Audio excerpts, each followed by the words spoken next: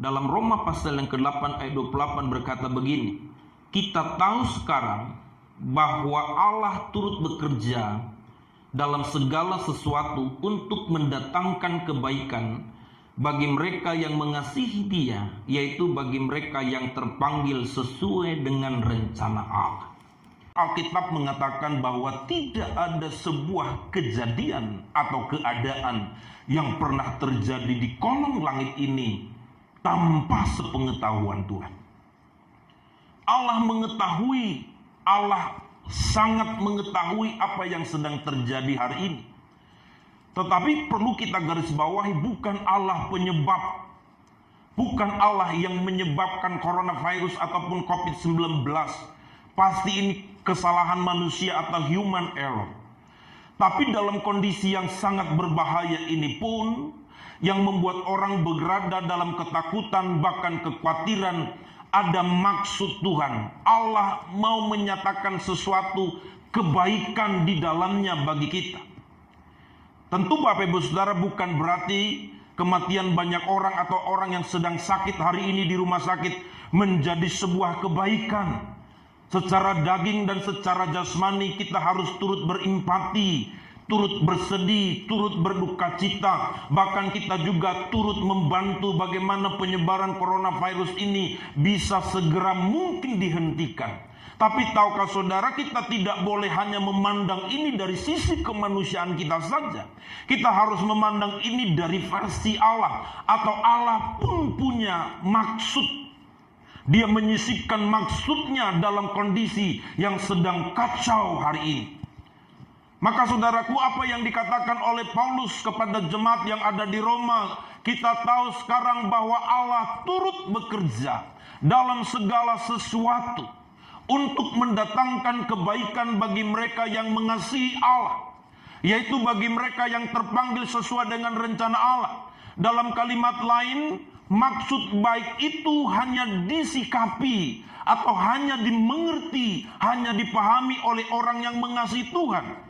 Tentu kalau dia tidak mengasihi Tuhan, pasti kalimat yang saya sebut tadi menjadi kalimat olok-olokan atau menjadi kalimat bulian.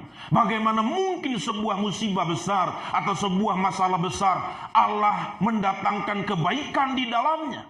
Tetapi kita tidak boleh mengukur apa yang sedang terjadi berdasarkan situasi di sekitar kita, yang walaupun seperti yang saya katakan tadi secara kasat mata atau secara manusia, kita mesti berempati dan ikut bekerja sama untuk menyelesaikannya. Tetapi ada pesan, ada maksud Tuhan di balik semuanya itu. Dalam kondisi yang morat-marit atau yang kacau balau hari ini, ada beberapa pesan yang Tuhan sampaikan kepada kita, yaitu bahaya virus corona ini. Di dalamnya ada maksud baik. Yang pertama adalah bahwa Allah ingin menegaskan kepada kita bahwa dunia ini bukan tempat yang aman dan bukan tempat yang nyaman bagi kita yang mengerti. Katakan amin.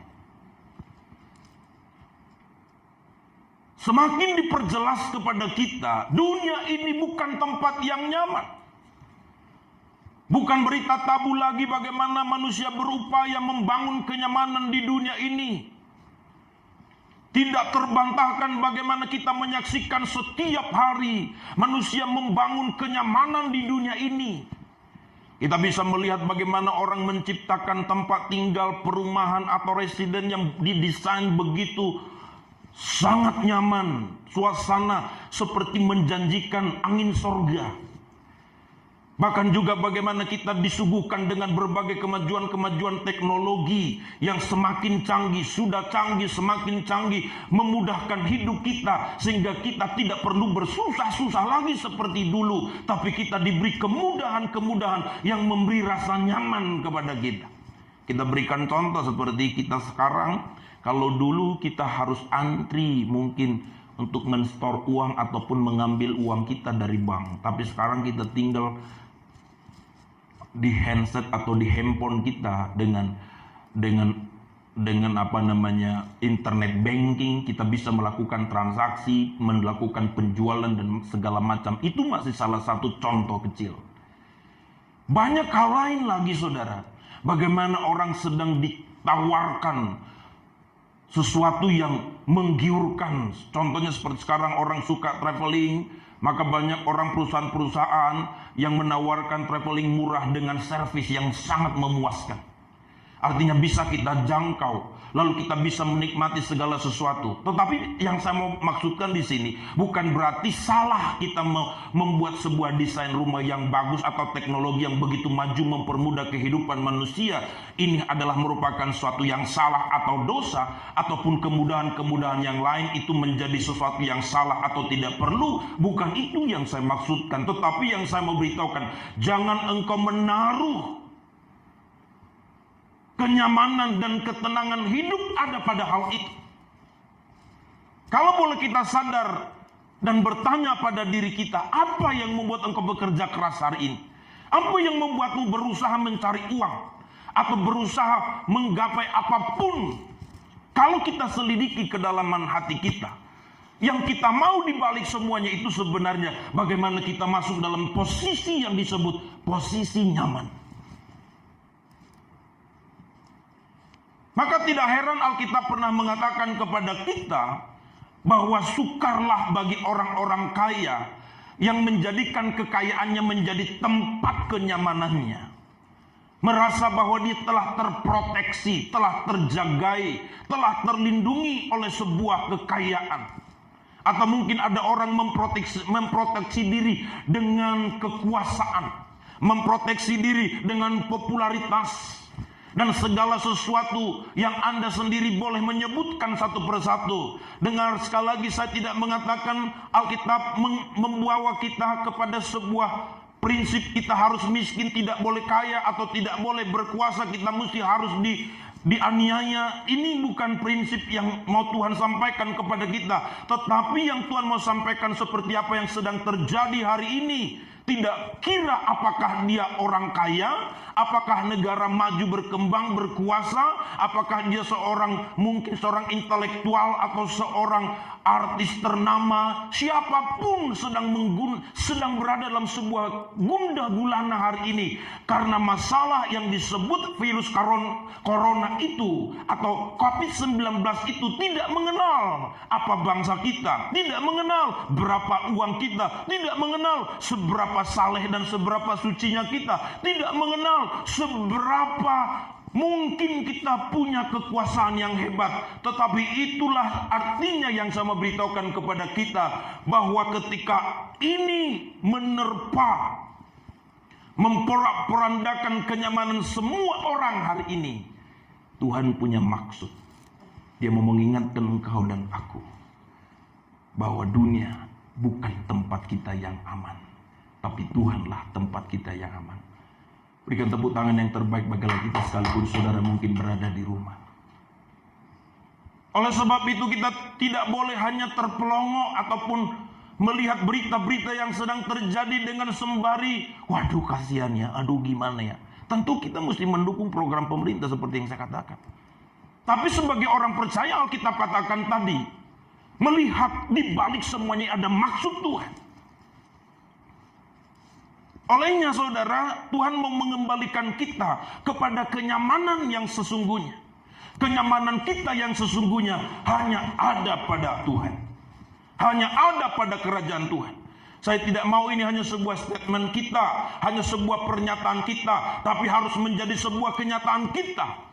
Berapa banyak orang gusar hatinya karena dia tidak memiliki rumah, gusar hatinya karena dia tidak memiliki banyak deposito, gusar hatinya karena dia mungkin belum memiliki pasangan hidup atau belum memiliki keturunan. Ada sebuah kegusaran dalam hatinya atau sebuah kekhawatiran, ketakutan, tetapi dia tidak gusar hatinya betapa dia sudah jauh dari Tuhan, sudah tidak ada koneksi dengan Tuhan, sudah tidak mengalami hadirat Tuhan, tapi dia tidak pernah merasa gusar. Itu sebabnya saudara, COVID-19 atau coronavirus ini menyadarkan kita tidak ada tempat yang nyaman di bumi ini, tidak ada suasana yang membuat kita terjaga dengan segala proteksi yang tidak mungkin mengguncang hati kita dengan sebuah ketakutan, tetapi hanya ada pada Tuhan, hanya ada pada Allah, hanya ada pada Yesus. Olehnya sebabnya saudara, hari ini saya tidak mau kita hanya sekedar melihat kondisi dunia ini dengan keprihatinan, tapi kita juga harus mengoreksi hati kita. Kita kita juga mesti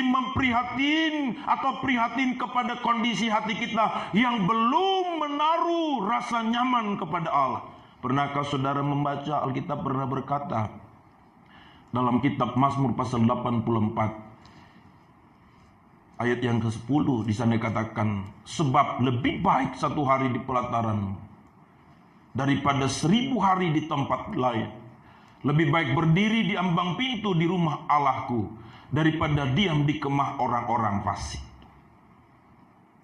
Ini adalah pernyataan Daud. Saya mau beritahukan kepada kita, Daud itu sebenarnya secara jasmani dia dalam posisi yang nyaman. Bayangkanlah bahwa Daud adalah seorang raja yang pada kala itu dia bukan cuma diakui di bangsa atau di wilayah kerajaannya. Daud itu saudara sangat diakui oleh kerajaan-kerajaan lain. Bahkan saudara pernah kita mendengar atau membaca dan Alkitab menjelaskan bangsa dan kerajaan-kerajaan lain pun memberi upeti kepada Daud. Dalam kata lain saudara, bahwa Daud sebenarnya secara kuasa dalam kerajaannya begitu nyaman, dalam ekonomi, masa pemerintahnya juga begitu nyaman. Maka adalah hal yang pantas sebenarnya kalimat yang diutarakan adalah tempat yang nyaman bagiku adalah tahta dan kerajaanku. Tempat yang nyaman bagiku adalah bagaimana aku berkuasa dan sementara raja-raja lain pun takluk kepadaku. Tetapi justru saudara, keberadaan secara kasat mata yang kita lihat bahwa sebenarnya Daud adalah orang yang sangat nyaman. Sebab pengawal kerajaan, bahkan juga segala sesuatu yang dia mau pasti bisa dipenuhi. Tidak ada yang kurang. Tetapi saudaraku yang dikasihi oleh Tuhan, malah dia yang menyampaikan sebuah kalimat, sebab lebih baik 1 hari di pelataranmu daripada 1000 hari di tempat lain. Lebih baik berdiri di ambang pintu rumah Allah daripada berdiam di kemah orang-orang fasik. Dalam kata lain, dia mau menjelaskan atau mau memberikan pesan kepada kita. Sekalipun dia punya tahta, punya kerajaan, punya pengawal, punya persediaan secara material, ekonomi, ataupun mungkin pada kala itu kerajaan atau pemerintahannya tidak terguncang secara ekonomi, tetapi dia berkata itu bukan tempat yang nyaman, itu bukan tempat yang aman. Satu-satunya tempat yang aman adalah di dalam pelataran Tuhan. Berikan tepuk tangan yang terbaik bagi Allah kita. Saudara dengar dengan baik, saya mau beritahukan pada kita hari ini,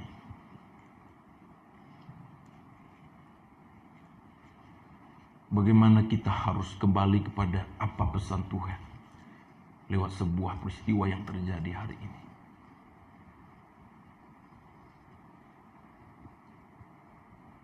Alkitab juga mengatakan pada kita dalam 1 Yohanes pasal yang kedua ayat 17. Dan dunia ini dengan segala keinginannya.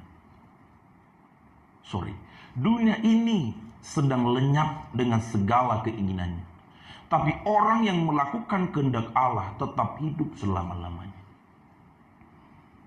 Mari kita menjadikan sebuah hal yang sangat penting dan prioritas kepada kita, yaitu bagaimana menjadikan Tuhan dan kerajaannya dan kehendaknya menjadi tempat kita yang nyaman. Hari ini kita tidak beribadah secara berkumpul, membuktikan kepada kita bahwa kita tidak boleh hanya dipersatukan oleh satu wadah atau tempat, tapi kita hanya dipersatukan oleh satu nama yang bernama Yesus Kristus. Lalu juga kondisi ini mau membuktikan apakah saudara orang Kristen sejati atau tidak. Kalau hanya gara-gara tidak ada ibadah di ruangan ibadah atau gereja manapun hari ini, lalu menjadi alasan untuk tidak beribadah, untuk tidak masuk dalam pelataran Tuhan, untuk tidak masuk dalam hadirat Tuhan. Dari situ kita melihat kualitas imanmu sebenarnya bukan kualitas iman sejati, tapi kualitas iman saudara hanyalah kualitas oleh terkondisi, oleh situasi di mana orang rame-rame pergi ke gereja, di mana orang rame-rame menyembah Tuhan di gereja. di mana orang di gereja, orang begitu kelihatan khusyuk mendengar firman. Maka suasana itu mengkondisikan dirimu sehingga kamu kelihatan menjadi orang yang punya iman. Tapi sekarang saudara, kita diuji. Walaupun kita mungkin sendiri di kamar kita, atau kita cuma ada 2-3 orang berada di rumah kita. Tetapi kalaupun kita dibatasi oleh ruang pada kala ini, tapi engkau membuktikan imanmu dan berkata, kalau aku di gereja begitu serius berdoa, begitu semangat, atau begitu antusias mendengarkan firman, maka waktu dalam kesendirianku pun aku juga harus menunjukkan iman sejatiku. Kalau dalam gereja ataupun dalam pertemuan perkumpulan aku mengalami hadirat Tuhan, aku begitu sungguh-sungguh berdoa, maka dalam kesendirianku yang tidak dilihat oleh siapapun, tapi aku percaya Allah ada dan Allah melihat, maka disitulah letak imanmu yang sejati. Maka Bapak Ibu Saudara, kebaikan yang kita temukan dari COVID-19 secara rohani adalah Tuhan mau menegaskan kepada kita, dunia ini bukan tempat yang nyaman bagi kita. Silakan kau sedang membangun ekonomimu, bisnismu, finansial, bahkan manajemen keuanganmu, mengejar cita-citamu, dan apapun yang sedang kau bangun hari ini. Itu bagian daripada kita bagaimana mengekspresikan hidup kita sebagai orang yang berdampak. Tapi saya harus beritahukan pada saudara, jangan sampai engkau terkecoh. Itu tidak boleh kau jadikan menjadi tempatmu yang nyaman, atau membuat kau merasa nyaman. Engkau harus kembali kepada Tuhan. Kembali kepada Tuhan. Poin yang kedua saudara, kebaikan apa yang kita temukan dari serangan virus yang berbahaya dari COVID-19 ini? Poin yang kedua adalah kita sangat mendengar istilah-istilah pada hari-hari ini, walaupun mungkin istilah ini sudah begitu lama, tapi ini begitu sering didengar, yaitu tentang istilah lockdown atau social distancing atau karantina, mengisolasi. Jadi lockdown atau social distancing ini atau karantina ini sangat begitu familiar pada hari-hari ini. Maka saudara, waktu saya memikirkan kata dan kalimat ini, dan saya hubungkan dengan apa yang Alkitab katakan, kita baca bahwa dalam segala sesuatu, kalau kita ganti segala sesuatu, bahwa dalam penyebaran virus COVID-19 Allah turut bekerja. Tapi catat, bukan Allah penyebab, tapi Allah juga mau melakukan sesuatu di balik apa yang sedang terjadi hari ini. Maka kalau kita sering mendengar lockdown, nah perlu kita pahami, lockdown itu diambil atau keputusan untuk menjadi sesuatu bangsa atau daerah di lockdown itu karena mungkin wabah atau virusnya sudah sangat membahayakan. Maka wilayah itu disebut zona yang paling berbahaya. Maka pemerintah mengambil sebuah keputusan akan melockdown, artinya menghentikan orang keluar dan menghentikan orang masuk.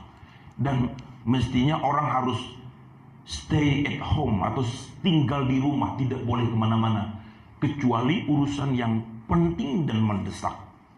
Tapi idealnya seharusnya orang harus tinggal di rumah. Bahkan yang menyediakan makan minum seharusnya juga adalah aparat ataupun pemerintah yang bekerja sama dengan petugas-petugas yang berkompeten dalam hal itu. Dalam arti kata saudara, kita benar-benar harus mengkarantina diri atau mengisolasi diri, atau kita melockdown diri kita juga saudaraku di rumah kita masing-masing. Nah, kalimat ini saudaraku yang dikasih oleh Tuhan, begitu saya pahami dalam makna rohani, bahwa kita juga saudara perlu melockdown apa yang merusak iman kita, merusak kesetiaan kita, merusak kesucian kita, merusak komitmen kita kepada Tuhan.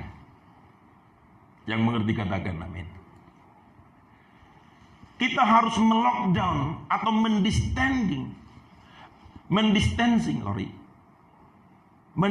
itu artinya memberi jarak.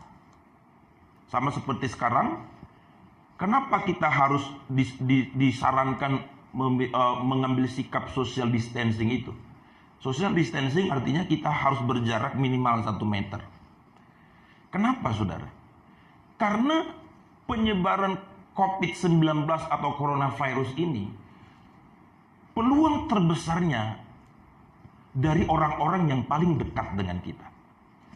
Peluang terbesarnya adalah dari orang-orang di sekitar kita, atau yang bersentuhan dengan kita.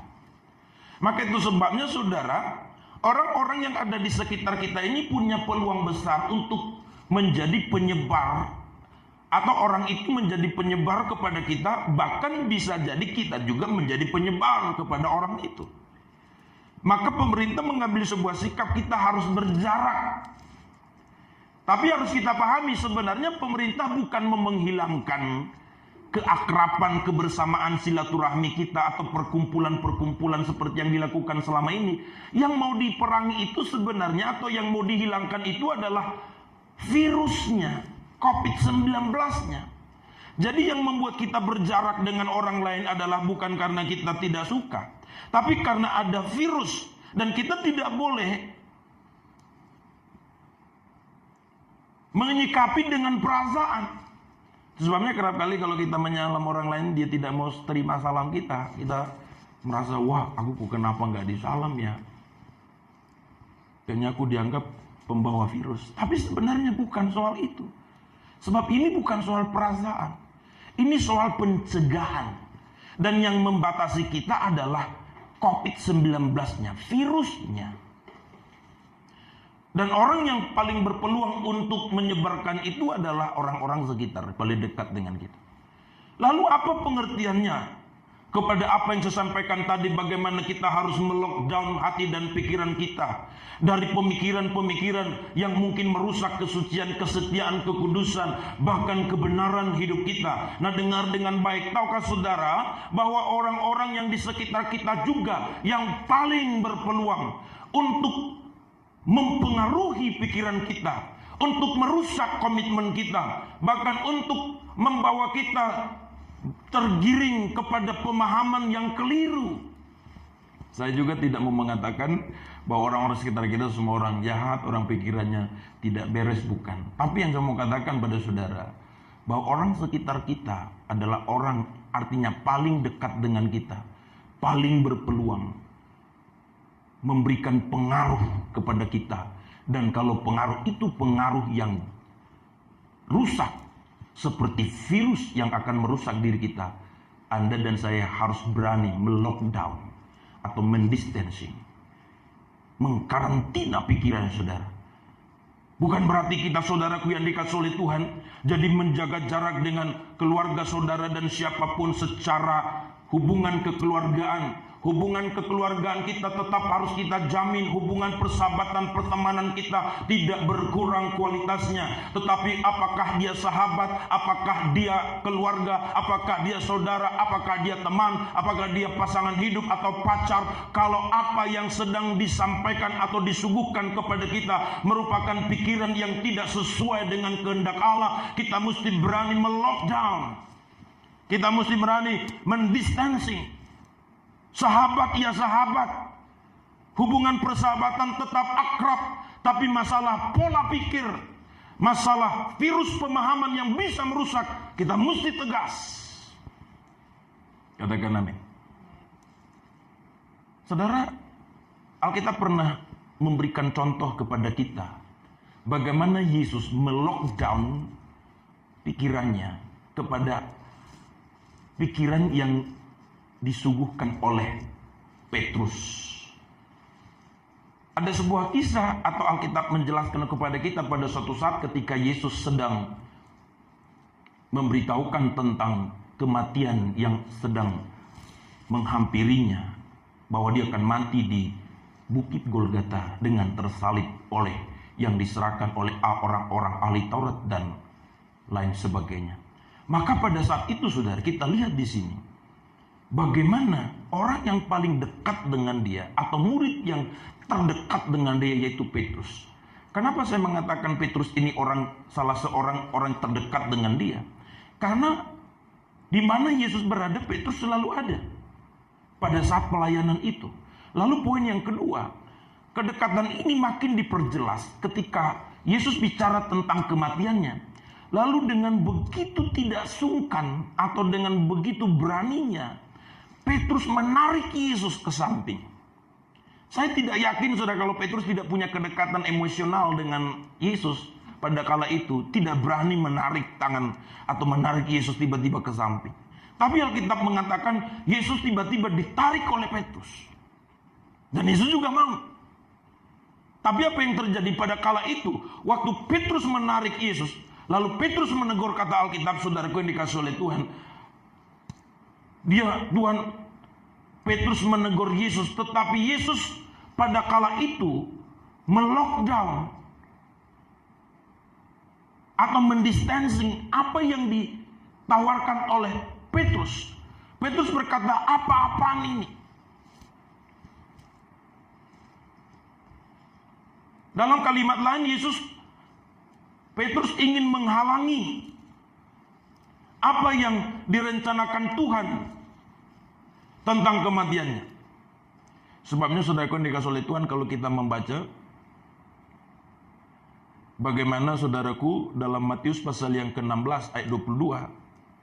Matius 16 ayat 22 mengatakan begini. Tetapi Petrus menarik Yesus ke samping dan menegur dia, katanya, Tuhan, kiranya Allah menjauhkan hal itu, sekali-sekali tidak akan menimpa engkau. Ini bicara tentang kematian Tuhan. Artinya Petrus mengatakan, menegur, berkata, kamu ngomong apa sih? Tidak mungkin, atau kiranya Allah menjauhkan hal itu dari engkau. Artinya Petrus tidak setuju bahwa Tuhan harus mati di kayu salib. Tapi saudara ngerti nggak, Bapak Ibu Saudara? Walaupun perkataan pernyataan itu adalah bentuk kepedulian atau perhatian atau simpatinya Yesus sebagai seorang sahabat dalam kemanusiaan pada kali sebagai seorang murid yang paling dekat, maksud saya. Tapi apa yang terjadi? Yesus tidak menghadapinya dengan menjaga perasaan. Yesus tidak berkata, wah, bagus juga tuh saranmu, aku pikirkan dulu sebentar ya. Atau Yesus berpikir, wah kalau aku bantah nanti pernyataan Petrus yang paling loyal kepada saya sebagai seorang murid, wah bisa tersinggung dia ini, nanti dia bisa tinggalkan saya. Saudara, hal itu tidak seperti itu yang dilakukan Yesus.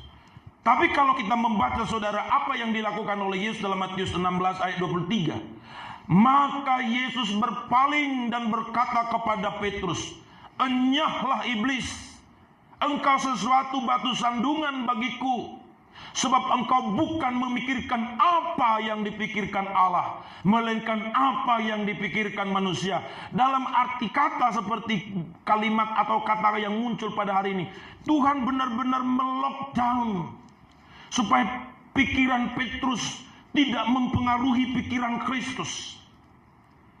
Walaupun itu adalah murid paling dekat, paling setia, paling loyal, tapi karena pikiran Petrus berbeda dengan pikiran Allah, Yesus benar-benar melockdown. Saudara dengar, hari ini kita mesti berani dan harus melihat orang-orang di sekitar kita. Kalau dia adalah orang yang membawa kita makin jauh daripada kebenaran, makin membuat kita semakin tidak suci, semakin tidak berkenan kepada Allah, Anda mesti melockdown. Bukan berarti kita tidak berteman, bersahabat sekali lagi. Sama seperti yang saya jelaskan tadi, Yesus pada kala itu tidak langsung memecat Petrus. Pecat kau jadi murid. Tidak, Petrus tetap dijadikan murid. Tapi pola pikir Petrus tidak diizinkan Tuhan masuk di pikiran Yesus pada kala itu, sekalipun dia seorang murid. Berapa banyak di antara kita, saudara, orang-orang yang setiap hari mungkin menyuguhkan pikiran-pikiran yang keliru. Saya mau beritahukan pada kita, tidak ada seseorang tiba-tiba langsung jatuh dalam dosa. Itu pasti dimulai penyebaran pemikiran-pemikiran dari sekitarnya yang dia terima tanpa di lockdown, tanpa di distancing. Dia terus terima. Saya kasih contoh, saudara. Tidak ada orang, saudaraku yang dikasih oleh Tuhan, yang tiba-tiba berselingkuh. Pasti saudaraku mungkin Setiap hari ada godaan, ada semacam pikiran-pikiran yang makin matang di pikirannya. Dan lama-kelamaan saudara, ketika pikiran itu terus dibiarkan makin menguat dan makin membuat dia tidak berdaya untuk mengatakan tidak atau melockdown. Itu sebabnya kalau kita kembali kepada prinsip pemerintah pada hari ini, kalau pemerintah terlambat melockdown, kondisi sudah harus di lockdown tapi tidak diambil keputusan, maka itu bisa akan menjadi virus yang tidak terkendali, bahkan bisa benar-benar merenggut nyawa. Gak mampu lagi saudara. Itu sebabnya seperti sekarang kita disuruh untuk melockdown diri supaya kita jangan kena virus. Kalau semua orang sakit, dokter cuman berapa, rumah sakit cuman berapa. Itu sebabnya saudara, Bapak Ibu Saudara jemaat Tuhan dimanapun saudara berada hari ini, ikut instruksi itu. Jangan pergi kemana-mana. Tidak ada saudara yang terlalu kebal dengan hal itu. Anda tidak boleh merasa paling perkasa atau paling bisa mengatasi hal ini. Tapi saudara mesti ikut aturannya. Maka itu sebabnya yang saya mau beritahukan kepada kita, bagaimana kalau kita terlambat melockdown pikiran kita dari apa yang selama ini. Contohnya orang, seperti yang saya katakan, orang berselingkuh itu tidak mungkin secara tiba-tiba. Pasti pikirannya telah disusupi oleh virus perselingkuhan dari awal. Makin lama, tiba pada satu titik dia tidak bisa membantah. Sampai bisa lupa diri. Karena tidak melockdown. Sama seperti orang-orang juga yang mungkin ada kasus pembunuhan dan lain sebagainya. Itu pasti adalah ada pikiran-pikiran yang selama ini sedang memvirusi pikirannya. Maka dia biarkan terus menerus tidak mengambil sikap untuk melockdown. Tidak mengambil sikap untuk distancing. Artinya menjaga jarak. Tetapi kita terus biarkan karena kita berpikir atas nama persahabatan, atas nama pertemanan, atas nama pacar, atas nama kekasih, atas nama saudara, atas nama keluarga. Walau kita mengatasnamakan hal-hal itu, padahal apa yang mereka suguhkan kepada kita sudah merusak cara berpikir kita, sudah merusak proneo kita. Maka lama-kelamaan saudara, tanpa kita sadari, kita berada dalam sebuah kondisi yang tidak mampu membantah lagi. Alkitab pernah mengingatkan kita seperti Salomo. Salomo, Alkitab mengatakan orang paling berhikmat pada zamannya. Bahkan pada sebelum dan sesudah dia tidak ada sehebat hikmatnya Salomo. Tapi Alkitab justru memberikan sebuah berita kepada kita. Bagaimana setelah Salomo bisa jatuh menjadi penyembah berhala di akhir hidupnya. Dan kalau kita baca saudara, kitab Raja-Raja menjelaskan kepada kita, ternyata saudaraku, Salomo ini bisa mengambil sebuah keputusan yang sangat berbanding terbalik dengan apa yang pada awalnya hidupnya begitu komitmen, begitu setia, tapi bisa jatuh. Kita bisa melihat bahwa itu dipengaruhi oleh ketika dia menikah dengan orang-orang yang bukan takut kepada Allah, yang bukan takut kepada Allah Abraham, Ishak dan Yakub. Maka bisa kita pahami bahwa setiap hari istri atau gundik-gundiknya memberikan bisikan-bisikan yang keliru, bisikan-bisikan yang berbeda dengan kebenaran. Maka atas nama, mungkin Salomo berpikir atas nama cinta, kan kekasihnya, kan istrinya mesti didengarin. Maka lama-kelamaan pikiran ini saudaraku mewarnai pikiran Salomo. Sampai suatu saat dia tidak mampu lagi melockdown. Tidak mampu lagi menghentikan. Itu sebabnya saya beritahukan pada kita. Apapun saudara. Mungkin sekarang kau sedang digiring kepada keputusasaan. Ada pikiran yang mulai menguat dalam pikiranmu. Aku gak berguna, aku gak berarti. Lalu orang lain juga membuli engkau. Orang lain juga mungkin mencibir engkau. Sekarang saya beritahukan padamu. Kau harus melockdown pikiranmu dari hal itu. Tetapi kau hanya mengizinkan pikiran Kristus ada dalam pikiranmu. Supaya kau benar-benar terjaga dan hati dan pikiranmu benar-benar diteguhkan oleh Tuhan. Katakan amin. Berapa banyak orang juga saudaraku yang dikasih oleh Tuhan, orang-orang sekitarnya membuat dia rusak. Atas nama pertemanan akhirnya dia dibawa keliuran jalan-jalan kemana. Pertama-tama mencoba-coba dulu, pergi ke tempat-tempat hiburan, pergi ke tempat-tempat makin dalam lagi. Pikirannya mulai dia warnai, mulai dikatakan, gak apa-apa deh, ini gak masalah, gak apa-apa, ini biasa saja, coba makan obat ini, coba buat ini, buat segala macam. Lama-kelamaan dia terikut, pikirannya juga saudara mulai diracuni oleh masukan-masukan yang tidak sehat itu. Dan sampai pada satu ketika dia bisa masuk ke klub malam, termasuk kepada obat-obat terlarang, bahkan juga pada hubungan-hubungan yang rusak, kepada free sex dan lain sebagainya. Tanya orang-orang itu, pasti itu dimulai dari sebuah bibit yang sedang direspon dalam pikiran. Kalau dia merespon dengan melockdown pada awalnya, tawaran-tawaran seperti itu tidak mungkin dia bisa jatuh. Sama seperti orang yang mungkin juga berpacaran. Dia seorang yang tadinya hidupnya bersih, hidupnya steril. Tapi ketika pacarnya mulai membisikkan kata-kata yang mungkin menggiurkan, menggoda dari awal terus menerus, berhari-hari, terus pikiran itu disimpan dalam pikirannya. Lama-kelamaan seorang gadis yang menjaga diri begitu suci pun bisa tergelepar dan bisa juga jatuh. Itu sebabnya saudara, seperti apa yang saya katakan hari ini, kita harus sesegera mungkin melockdown pikiran kita dari apapun yang tidak berkenan kepada Allah. Katakan amin.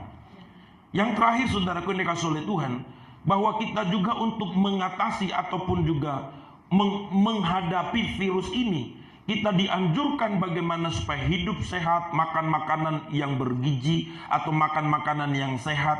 Bahkan juga kita harus berolahraga, bahkan juga kita harus istirahat yang cukup. Dalam arti kata, kita mesti menjaga kesehatan fisik kita supaya kita punya stamina yang kuat. Nah, kalau kita sehat, punya stamina yang kuat, dan maka kita bisa mengalahkan virus yang mungkin sudah menempel pada diri kita. Lalu kita juga dianjurkan bagaimana supaya kita sering cuci tangan, membersihkan tangan, karena bisa jadi di tangan kita, saudaraku, ada virus itu yang menempel, maka kita harus membersihkan sesering mungkin. Nah, pengertian juga kalau kita hubungkan bahwa Allah turut bekerja untuk mendatangkan kebaikan bagi setiap orang yang percaya kepadanya, maka Allah juga mau mengajari kita sebagaimana kita memproteksi diri dari melawan virus ini, saudaraku. Melawan virus ini bukan cukup hanya sekedar mengisolasi diri atau sekedar mengasingkan diri atau sekedar bagaimana kita mengurung diri, tapi kita juga harus membenahi stamina fisik tubuh kita, membenahi diri. Jadi dalam arti kata, kalau kita hubungkan dengan apa yang kita bicarakan hari ini, Tuhan juga punya maksud bahwa kalau kita tidak sehat secara rohani, maka kita akan mudah terserang oleh hal-hal yang merusak kemurnian hidup kita, kemurnian hati kita. Makanya kita harus selalu menjaga diri kita untuk tetap memakan ataupun menerima firman yang menguatkan, firman yang meneguhkan kita. Alkitab pernah berkata, saudara, bahwa pada hari-hari terakhir orang sudah tidak suka lagi mendengar ajaran yang sehat. Dalam 2 Timotius pasal 4 ayat 3 mengatakan, karena akan datang waktunya orang tidak dapat lagi menerima ajaran yang sehat, tapi mereka akan mengumpulkan guru-guru menurut kehendaknya untuk memuaskan keinginannya. Makanya sama seperti kita pada hari ini, kita melihat orang cari makan itu kerap kali bukan lagi makanan yang sehat, tapi makanan yang sesuai dengan seleranya. Makanya kalau kita Bapak Ibu Saudara makan, biasanya kita kan makan sesuai dengan selera lidah kita. Orang yang suka manisan, maka kalau dia terus menerus, selera makannya adalah suka yang manis-manis. Di luar itu dia menganggap tidak enak. maka dia hanya mencari makanan yang kadar manisnya itu sesuai dengan rasanya, baru pas. Padahal belum tentu makanan itu adalah makanan yang sehat bagi dirinya. Tapi karena dia suka, karena senang, ya dia hajar terus. Maka lama-kelamaan dia bisa menjadi orang yang terkena penyakit diabetes. Ada orang juga mungkin saudara yang suka makan makanan yang pedas. Dari awalnya dia suka pedas, lama-kelamaan setiap makanan harus pedas. Atau harus punya kadar garam yang tinggi. Lama-kelamaan orang ini bisa penyakit gastrik atau darah tinggi dan macam-macam yang lain. Dan dia tidak suka dengan makanan yang lain. Yang saya beritahukan begini Bapak Ibu Saudara. Hari-hari ini juga banyak orang yang mau mendengar firman yang suka. Atau yang dia sukai, yang dia senangi, yang meninabobokan. Itu sebabnya Paulus menegur ataupun memberikan nasihat kepada Timotius. Karena akan datang waktunya orang tidak lagi dapat menerima ajaran yang sehat. Tetapi mereka akan mengumpulkan guru-guru menurut kehendaknya untuk memuaskan telinganya. Jadi firman saudara yang sehat adalah firman yang mengoreksi. Firman yang mengembalikan kita kepada prinsip yang seharusnya. Firman yang membawa kita saudara semakin dekat kepada Allah. Orang yang semakin dekat kepada Allah pasti hidupnya mengalami pembaharuan, semakin suci, semakin kudus.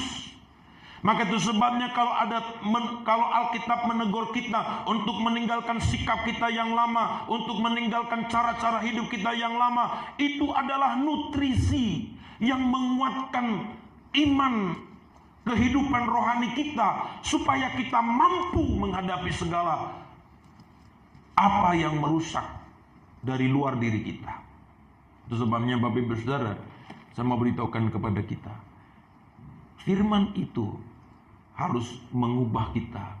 Seharusnya firman itu akan membuat kita gerah dengan kehidupan kita yang lama. Sama seperti sekarang, kita kan gak biasa saudaraku, gak biasa cuci tangan. Tapi kerap kali kita harus memaksa diri untuk cuci tangan. Ini kan gak biasa, kita agak gerah sedikit juga. Kadang-kadang kita agak malas juga. Atau kita tidak biasa makan makanan yang sehat. Bukan berarti kita tidak biasa makan makanan. Banyak di antara kita bisa makan makanan yang mahal, tapi kan mahal belum tentu sehat. Makanya itu sebabnya saudara, karena kita tidak terbiasa dengan makanan-makanan yang sehat.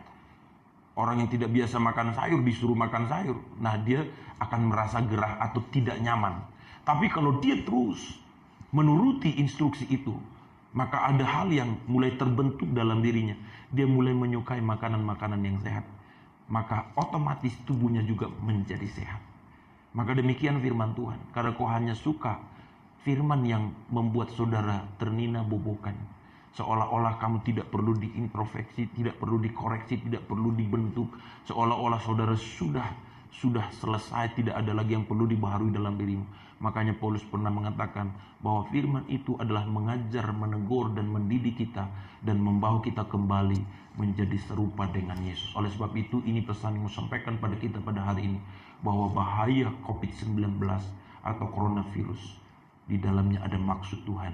Maksud Tuhan yang pertama, untuk menyadarkan kita bahwa dunia bukan tempat yang nyaman bagi kita. Olehnya, jangan mengambil sikap yang keliru. Jangan lagi bangun apapun yang merasa engkau nyaman di bumi ini. Tapi engkau harus membangun hubungan kepada Tuhan menjadi sesuatu tempat yang nyaman. Yang kedua, kita mesti berani melockdown atau mendistancing, mengisolasi pikiran kita dari apapun yang ada di sekitar kita.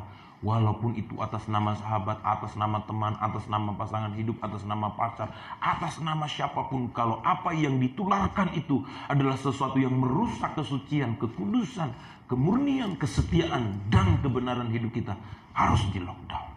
Dan kita harus menerima pikiran Kristus dalam diri kita. Dan yang terakhir, kita harus membangun pola hidup yang sehat, yaitu rohani kita yang sehat. Amin buat firman Tuhan.